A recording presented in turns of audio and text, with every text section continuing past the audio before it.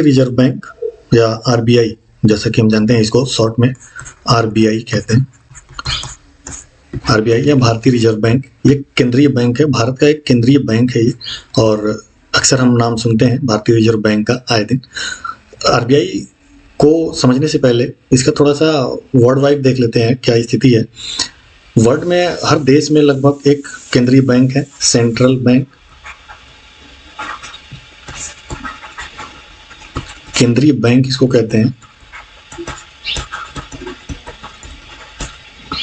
केंद्रीय बैंक।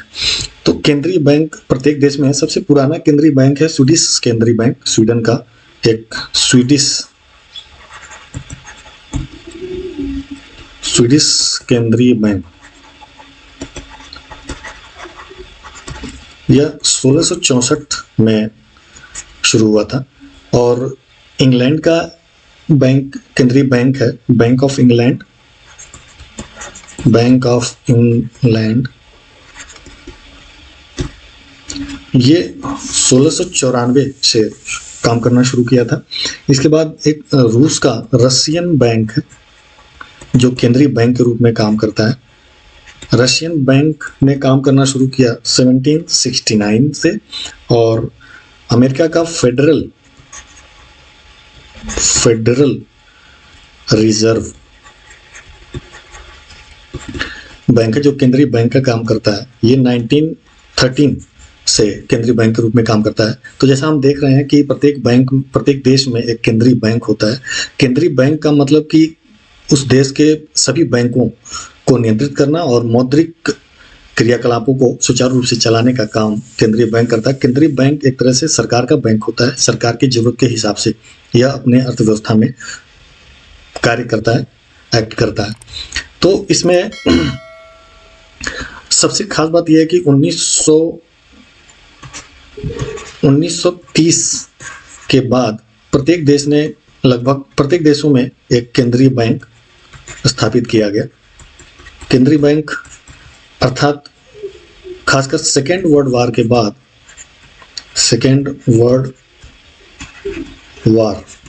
द्वितीय विश्व युद्ध के बाद केंद्रीय बैंक बहुत तेजी से बढ़े और लगभग विश्व के सभी देशों में आज के डेट में केंद्रीय बैंक है। केंद्रीय बैंक खासकर देशों के अपने देश में मौद्रिक, चूंकि मुद्रा का संचालन एक बहुत ही इंपॉर्टेंट काम है और बिना मुद्रा के कोई भी देश आज के समय में कार्य नहीं कर रहा है। तो मुद्रा का संचालन कैसे करना है, मुद्रा का प्रबंधन कैसे करना है और लोगों के जरूरतों को मुद्रा के की पूर्ति और मांग के अनुसार कैसे समायोजित करना है, ये सब कार्य केंद्रीय बैंक करता है और अर्थव्यवस्था में संतुलन बनाने का काम करता है। तो इसी के तर्ज पे भारत में 1 अप्रैल 1935 को रिजर्व बैंक ऑफ इंडिया का गठन किया गया, आरबीआई, जो भारत का केंद्रीय बैंक का नाम है। और इसका गठन 1 अप्रैल 1935 को किया गया। ये हिल्टन यंग कमीशन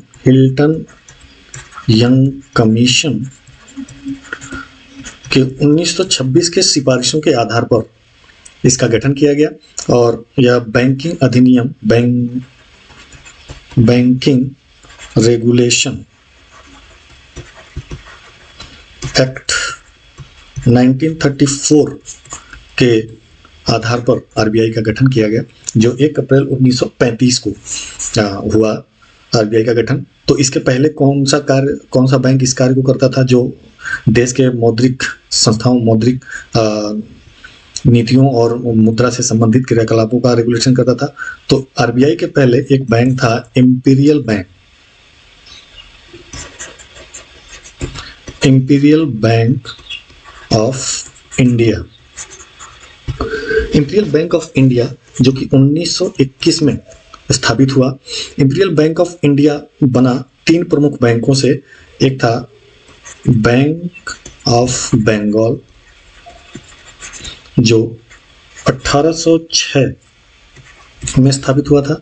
दूसरा था बैंक ऑफ बॉम्बे, जिसका वर्तमान नाम बॉम्बे का नाम मुंबई है।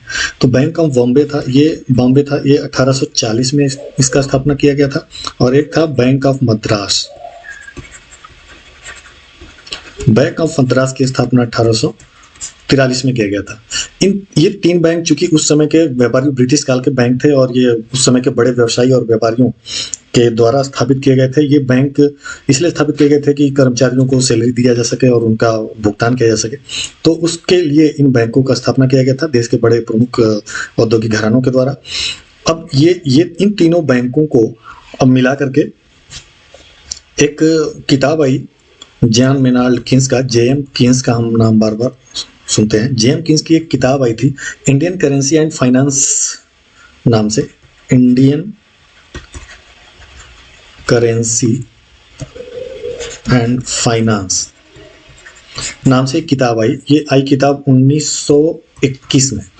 इस किताब में बैंक से संबंधित बहुत सारी महत्वपूर्ण बातों को कीन्स ने लिखा था। इससे सरकार ने इस पे विचार किया और इस विचार के उपरांत गवर्नमेंट ने इन 3 बैंकों को, bank of Bengal, bank of Bombay and bank of Madras, इन 3 बैंकों को मर्ज करके मिला करके एक बैंक बनाया जिसका नाम रखा गया इंपीरियल बैंक ऑफ इंडिया।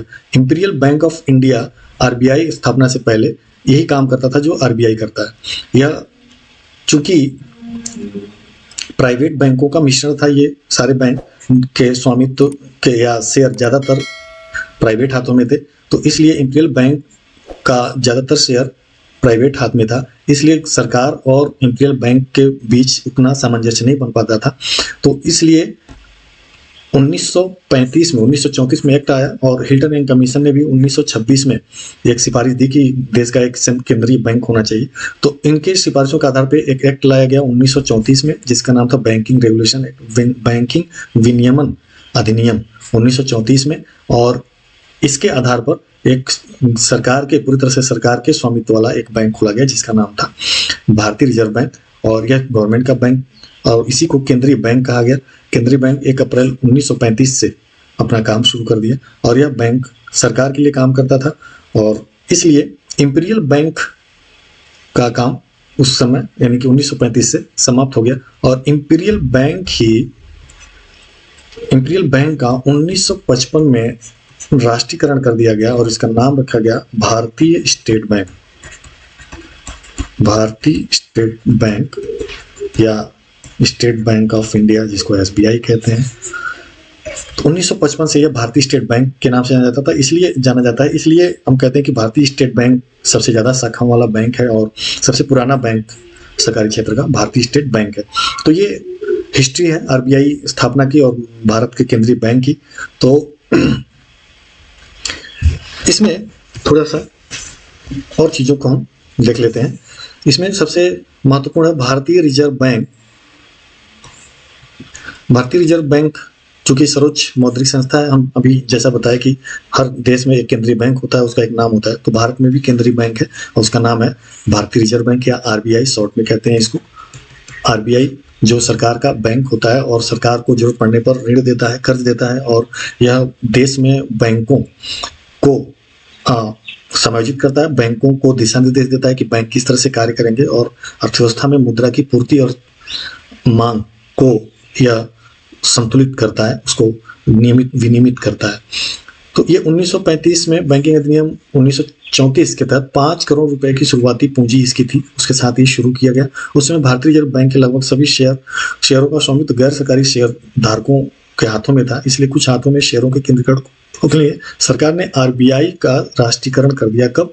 1949 में, 1 जनवरी 1949 को रिजर्व बैंक ऑफ इंडिया का राष्ट्रीयकरण कर दिया गया और पूरी तरह से सारी जो स्वामित्व है वो गवर्नमेंट के हाथ में आ गया। भारत का केंद्रीय बैंक देश की मौद्रिक नीति को बनाता है और उन सभी उपायों को करता है जिससे अर्थव्यवस्था में आवश्यकता अनुसार मुद्रा की पूर्ति सुनिश्चित की जा सके। तो मौद्रिक नीतियों को बनाता है, वो भी हम आगे देखेंगे कि मौद्रिक नीतियां कौन सी मौद्रिक नीतियां बनाता है और किस प्रकार से वो देश में संचालन करता है सुचारू रूप से।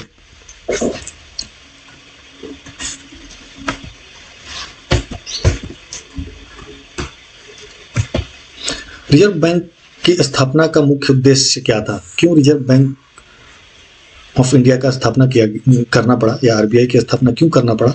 इसके कुछ उद्देश्य थे उसको एक-एक करके देखेंगे। बैंकिंग का विकास, देश में एक ऐसे केंद्रीय बैंक की आवश्यकता थी जो अन्य बैंकों का समुचित प्रदर्शन कर सके ताकि देश में बैंकिंग विकास सही दिशा में हो। यानी कि कोई ऐसा बैंक होना चाहिए जो अन्य बैंकों को समायोजित कर सके, उनको एक दिशा निर्देश दे सके कि कैसे वो कार्य करें। दूसरा उद्देश्य ये था कि कोषों का केंद्रीकरण, प्रत्येक बैंक के पृथक कोष होने के कारण बैंक के प्रति जनता का अविश्वास उत्पन्न हो रहा था। तो यह अनुभव किया गया कि सभी बैंकों के कोष के केंद्रीकरण हेतु पृथक से एक केंद्रीय बैंक स्थापित किया जाए। अब सभी बैंकों के जो भी व्यापारिक बैंक है, जो भी कॉमर्शियल बैंक है, उनके कोष पर पूरी तरह से नियंत्रण रहता है आरबीआई का, और आरबीआई उन्हें उनके कोष को एक ढांचा देता है और उनके कोष का कुछ प्रतिशत अपने पास भी रखता है, जिससे गवर्नमेंट के ऊपर या गवर्नमेंट को कोई दिक्कत ना हो और उस देश में रहने वाले लोगों का विश्वास बैंकों पे बना रहे।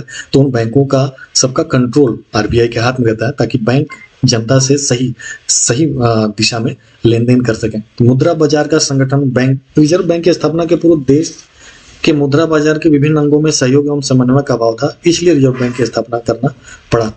तो विभिन्न जो अभी जैसा हमने देखा कि 3 बैंक ऑफ मद्रास था, बैंक ऑफ बॉम्बे था, लेकिन आपस में इनका कोई समायोजन नहीं था, सामंजस्य नहीं था कि कौन सा काम करेगा। आज हम देखते हैं कि प्रत्येक बैंक आपस में जुड़ा हुआ है। दूसरे बैंक के एटीएम से हम दूसरे बैंक के एटीएम कार्ड से दूसरे बैंक के एटीएम से हम निकाल सकते हैं पैसे। तो इस तरह से आपस में कितना अच्छा समन्वय है। तो ये चीज़ें पहले नहीं थी, तो इसलिए एक केंद्रीय बैंक का होना जरूरी था जो इन सब का मालिक हो और इन सबको एक दिशा निर्देश और एक सही दिशा में लेकर के जा सके। मुद्रा एवं साख नीति में समन्वय, रिजर्व बैंक की स्थापना से पूर्व मुद्रा का निर्गमन सरकार द्वारा नियंत्रित इंपीरियल बैंक द्वारा किया जाता था। अभी जैसा हमने बताया कि इंपीरियल बैंक सबसे पुराना बैंक है, इंपीरियल बैंक ऑफ इंडिया, और यही रिजर्व बैंक के पहले यही मुद्रा का नियंत्रण करता था और सरकार के साथ मिलकर के मौद्रिक क्रियाकलापों को संचालित करता था। तो इससे बहुत ही दिक्कत होती थी सरकार द्वारा और इंपीरियल बैंक में सामंजस्य नहीं हो पाता था, और इस नियंत्रण के दोहरेपन को समाप्त करने के लिए रिजर्व बैंक की स्थापना करना पड़ा। रुपए के मूल्य में स्थिरता, रिजर्व बैंक की स्थापना रुपए के मूल्य में स्थिरता लाने के लिए किया गया। रुपए का मूल्य दिनों दिन गिरता जा रहा था, तो इसके लिए जरूरी था कि कोई रिजर्व बैंक स्थापित हो और जिसके माध्यम से हम देश में रुपए के मूल्य को स्थिर बना सके। भारतीय रिजर्व बैंक के मुख्य कार्य क्या क्या है, इसको देखते हैं। पहला है, सबसे महत्वपूर्ण कार्य क्या है भारतीय रिजर्व बैंक का? नोट जारी करना, मुद्रा छापना। तो मुद्रा छापने के लिए रिजर्व बैंक के पास एकाधिकार है। वह केवल वही एक बैंक है जो सरकारी बैंक है, सरकार के अंतर्गत कार्य करता है और जिसका काम जरूरत पड़ने पर मुद्रा का जारी करना होता है, और यह वो सरकार के आदेश और नियमों के हिसाब से करता है। मुद्रा के जारी करने के लिए कुछ नियम होते हैं, जैसे जो यहाँ पे दिए हुए हैं। नोट को जारी करने, छपाई करने के लिए रिजर्व बैंक न्यूनतम रिजर्व प्रणाली सिस्टम को अपनाता है। ये बहुत ही इंपॉर्टेंट है और कई बार पूछता है कौन सी प्रणाली अपनाता है। तो न्यूनतम रिजर्व प्रणाली, मिनिमम रिजर्व सिस्टम को अपनाता है। इस प्रणाली के तहत 1957 से रिजर्व बैंक सोने और विदेशी मुद्रा भंडार के रूप में 200 करोड़ रुपए का रिजर्व रखता है।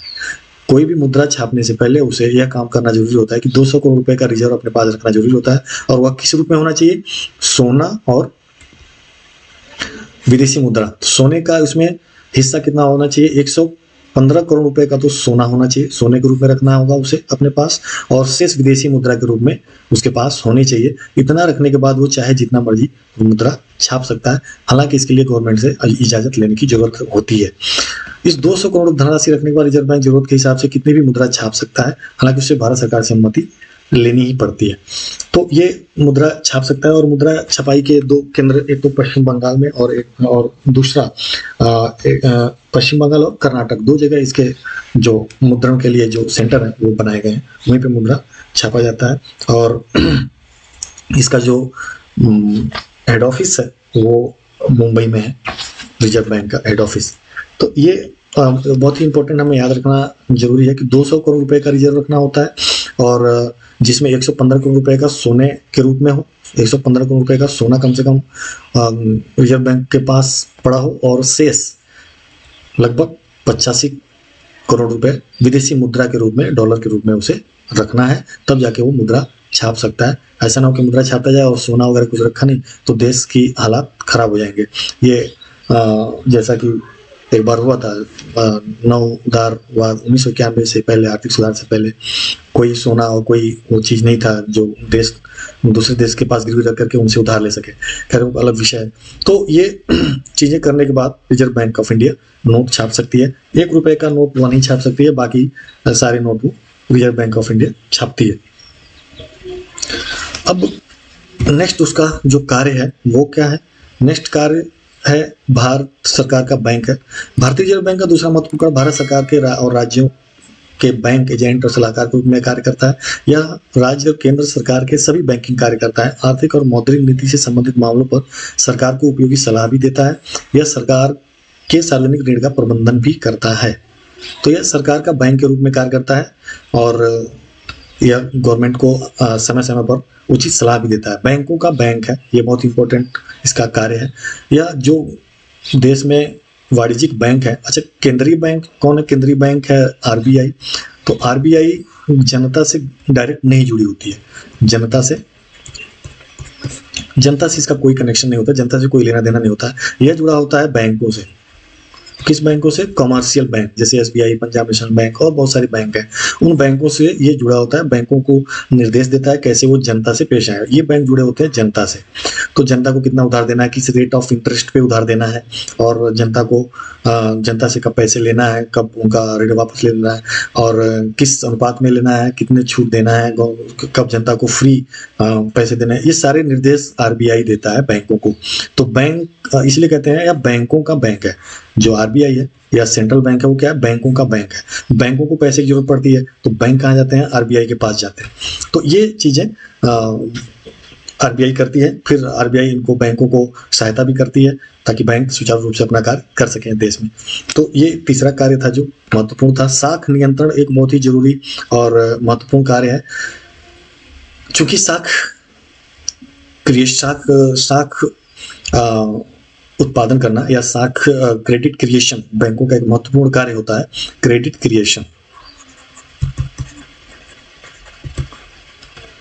क्रिएशन करके बैंक अपना पैसा को घुमाती हैं विभिन्न ऋणदाताओं के साथ और उससे वो ब्याज दर कमाती हैं। तो क्रेडिट क्रिएशन में जो है मनी सप्लाई बढ़ने लगता है। मनी सप्लाई बढ़ने से क्या होता है? मनी सप्लाई बढ़ने से कीमतें बढ़ती हैं, जिससे महंगाई बढ़ती है। तो इन चीज़ों को नियंत्रित करने के लिए आरबीआई साख नियंत्रण का कार्य करता है। और साख नियंत्रण में आरबीआई विभिन्न प्रकार के दिशा निर्देश किसको जारी करता है? बैंक्स को, कमर्शियल बैंक्स को। जितने बैंक जनता से जुड़े होते हैं, जनता को का धन अपने पास रखते हैं और जनता को लोन वगैरह देते हैं, उन बैंकों को आरबीआई नियंत्रित करता है और उनको दिशा निर्देश करता है साख नियंत्रण के लिए। साख नियंत्रण के लिए आरबीआई बहुत सारे टूल्स उसके पास होते हैं, उपाय होते हैं, उसका वो उपयोग करता है। जैसा कि ये सारे उपाय इसमें दिए गए हैं और इसमें जैसा कि क्रेडिट नियंत्रण के तरीके हम देख सकते हैं कि यहाँ ऊपर लिखा हुआ क्रेडिट नियंत्रण के तरीके में 2 तरीके अपनाता है। एक तो गुणात्मक नियंत्रण और एक परिमाणात्मक नियंत्रण। गुणात्मक कहते हैं क्वालिटेटिव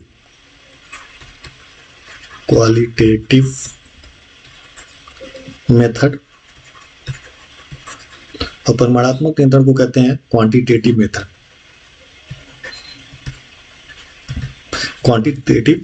मेथड। ये 2 मेथड्स हैं जिसको आरबीआई अपनाती है। तो क्वालिटेटिव मेथड्स में ये सारे मेथड्स अपनाता है। बैंक दर, इसको बैंक रेट कहते हैं भैया, नगद आरक्षित अनुपात, कैश रिजर्व रेशियो कहते हैं, वैधानिक तरलता अनुपात, स्टैट्यूटरी लिक्विडिटी रेशियो और खुले बाजार की क्रियाएं, ओपन मार्केट ऑपरेशन OMO। तो ये इनके माध्यम से क्रेडिट कंट्रोल करता है। यदि बैंक रेट बढ़ा देगा तो जो बैंक्स हैं कमर्शियल बैंक वो क्रेडिट क्रिएशन नहीं कर पाएंगे या कम करेंगे। नगद आरक्षित अनुपात बढ़ा देता है आरबीआई तो भी क्रेडिट क्रिएशन पे नियंत्रण होता है, और यदि घटा देता है तो क्रेडिट क्रिएशन ज्यादा होता है।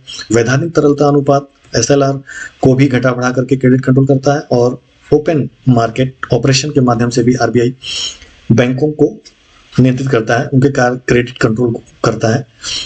इसके अलावा क्वालिटेटिव मेथड्स में वो मार्जिन मनी में अंतर कर सकता है, यानी कि वो गिरवी रखने के तुलना में कम लोन इशू करने का एक नियम बना सकता है कि यदि कोई 100 करोड़ रुपए का गिरवी रखता है तो उस गिरवी के आधार पे कभी यदि वो बैंक 80 करोड़ देते हैं उधार तो उसको वो घटा देता है। आरबीआई कह सकता है कि नहीं, अब 100 करोड़ का गिरवी है तो उस पे आप केवल 60 करोड़ ही इनको लोन देंगे। तो इस तरह से क्रेडिट कंट्रोल कर सकता है, या बढ़ा भी सकता है कि 80 करोड़ दे रहे थे तो अब 90 करोड़ दीजिए। तो ये दोनों तरीके से कंट्रोल कर सकता है। क्रेडिट राशनिंग कर सकता है, वो कह सकता है कि आप इतने से ज़्यादा क्रेडिट नहीं करेंगे। तीसरा है नैतिक दबाव बनाता है, उनको समझाता बुझाता है कि ऐसे करो नहीं तो तुम्हारा लाइसेंस रद्द कर देंगे, बैंक बंद करना भूल जाओगे, बैंक बंद कर देंगे। तो उनको समझाता बुझाता है, नहीं मानते हैं तो वो फिर दबाव करता है, उनका लाइसेंस रद्द कर देता है, बैंक को बंद कर देता है, इस तरह से। तो ये सारे उसके औजार हैं आरबीआई के, जिसके माध्यम से वो क्रेडिट कंट्रोल करता है। आरबीआई के ये टूल्स हैं जिसके तरीके से वो क्रेडिट कंट्रोल को करता है। नेक्स्ट है विदेशी मुद्रा भंडार का संरक्षक होता है, क्योंकि विदेशी मुद्रा का संरक्षण करना जरूरी होता है, क्योंकि हम विदेशों से सामान खरीदते हैं और उसका भुगतान करना होता है। तो इसलिए विदेशी मुद्रा चूंकि अभी अमेरिकी डॉलर में रखना होता है, और इस समय 600 बिलियन अमेरिकी डॉलर से अधिक हमारे देश में विदेशी मुद्रा भंडार है, जो कि एक अच्छा संकेत है। और नेक्स्ट है अन्य कार्य। भारतीय रिजर्व बैंक कई अन्य विकास कार्यों को करता है। इन कार्यों में ऋण के लिए ऋण का अनुमोदन और कार्यान्वयन, जो कि नाबार्ड को स्थानित किया जाता है। सरकारी प्रतिभूति और व्यापारिक बिलों की खरीद बिक्री, सरकारी खरीद के लिए ऋण देना और मूल्यवान वस्तुओं की बिक्री आदि शामिल है। यह अंतर्राष्ट्रीय मुद्रा कोष में भारत सरकार के प्रतिनिधि के रूप में भी कार्य करता है और भारत की सदस्यता का प्रतिनिधित्व भी करता है। Thanks for watching.